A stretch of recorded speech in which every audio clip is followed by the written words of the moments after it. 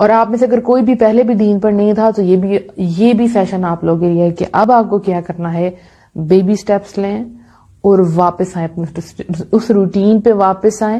ٹھیک ہے، وہ جو آپ عبادات کرتی تھی اس کے پر واپس آئیں، لیکن تھوڑا آپ کو ٹائم لگے گا. ٹھیک ہے، آپ کو کوشش کرنا پڑے گی.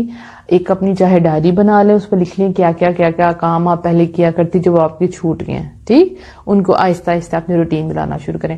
یہ میں کیوں کہہ رہی ہوں آپ سے، دیکھیں ایک دم سے سارا کچھ کریں گی تو ایک دم سے بھول جائیں گی یا چھوڑ دیں گی یا اکتا جائیں گی، اپنے پر بوجھ محسوس کریں گی.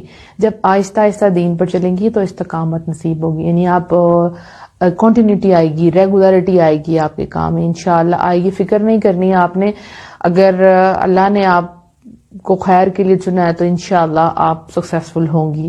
اور اصل انسان کی کامیابی یہی ہے کہ انسان جو ہے وہ اپنی زندگی اللہ کے اصولوں کے مطابق گزارے، اللہ کو راضی کرنے میں گزارے. یقین کریں آپ، دنیا میں کچھ نہیں رکھا، یہ واقعی کھیل تماشا ہے. اس کے اندر سے آپ کو بچا کے چلنا ہے. کچھ نہیں رکھا لیکن یہیں سے سب کچھ آپ کو ملنا ہے، رائٹ؟ یعنی کہ آپ نے جو بھی نیک اعمال کرنے ہیں وہ بھی یہیں کرنے ہیں، اور آگے آپ کو جو آپ کا انشاءاللہ گول ہے، جو آپ کی کیا کہتے ہیں ڈیسٹینیشن ہے فائنل، وہ جنت ہے. اور وہاں پہنچنے کے لیے بھی عمل آپ کو یہی کرنے ہیں انشاءاللہ. میری بہت سی دعا ہے اللہ سبحانہ تعالیٰ ہم سب کو اپنے دین پر ثابت قدم رکھے، اور کبھی بھی ہمارا دل جو ہے وہ دین سے نہ اٹھائے. اس لیے نبی صلی اللہ علیہ وآلہ وسلم یہ دعا مانگا کرتے تھے، یا مقلب القلوب ثبت قلبی علی دینک. ہم سب کے دلوں کو ثابت قدم رکھیں، آمین. دیکھیں جب تک آپ دین پر چلتی رہیں گی نا، آپ کے معاملات آسان رہیں گے. جب آپ دنیا دار ہوں گی، دنیا کی مصروفیات انسان پر ایسے حاوی ہو جاتی ہیں، اگر انسان ان میں کھو جائے نا تو اس کے سارے معاملات بگڑ جاتے ہیں. ٹھیک، کام ایسے ہیں جو کبھی ختم نہیں ہوتے.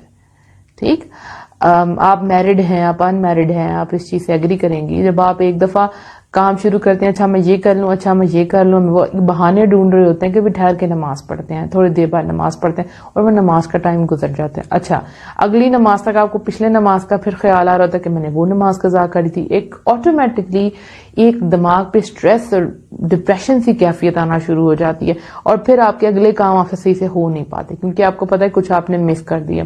بالکل ایسے جب ہم پیپرز دیتے ہیں، لاسٹ پیپر خراب ہوتا ہے تو اگلے پیپر میں کہیں نہ کہیں ہمارے دماغ میں وہ سٹریس ہوتا ہے گھر آ کے کہ یہ مجھ سے کیا ہو گیا، تو اگلے پیپر کی تیاری نہیں ہم کر پاتے. سو جو ہو گیا سو ہو گیا، موو آن. ہمیشہ اپنے آپ کو تیار رکھا کریں کہ موو آن.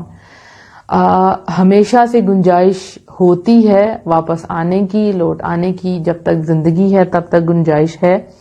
سو کہیں کسی طرف مت دیکھیں، اپنے دماغ کو کنفیوز نہ کریں، نہ الجھیں، مت سوچیں اللہ مجھے معاف نہیں کرے گا. اللہ کی رحمت بہت وسیع، اللہ آپ کو ضرور معاف کرے گا. کم بیک آپ کا بہت اسٹرانگ ہونا چاہیے انشاءاللہ. آہستہ آہستہ آہستہ آہستہ وہ سارے کام کریں جو آپ سے چھوٹ گئے ہیں. انشاءاللہ وہ سکون آپ کی زندگی میں واپس آئے گا انشاءاللہ. جو بھی حافظہ ہیں جن کے مجھے ٹیکسٹ آئے ہیں، جو بھی عالمہ ہیں، جو بھی تفسیر کا کام کرتے ہیں، دیکھیں آپ کو ریویژن اپنی سٹارٹ کرنی ہے.